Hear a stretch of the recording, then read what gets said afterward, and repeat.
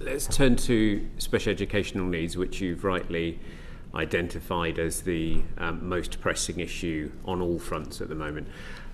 You said a moment ago that Ofsted should want any of the settings that you're inspecting to be taking the most vulnerable children, and that you should be judging that accordingly.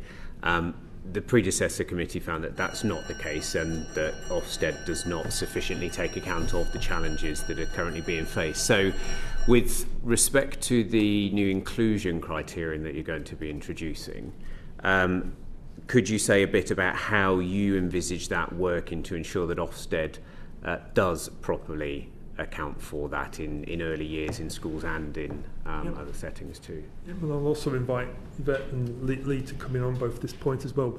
So the first thing that we did was to go and get, because it's a really contested point, what do you mean by inclusion or disadvantage? Even on SEND, people conflate children with an educational healthcare plan to those who've been identified as school action, K-code, SEND, and suddenly people no longer know what we're actually talking about. So we went out and conducted a piece of research. My Director of Insights behind me again conducted a piece of research, and it was won by Des Holmes, who was research in practice and is now part of the National Children's Bureau. And they're conducting a piece of research and what we mean by the definition of disadvantage. Now, I deliberately used the word vulnerable when I started in the role because I didn't want people to fall into the trap of thinking disadvantage meant purely pupil premium. Because disadvantage could be anything. It could be, I'm really concerned about the sheer number of young carers in the system.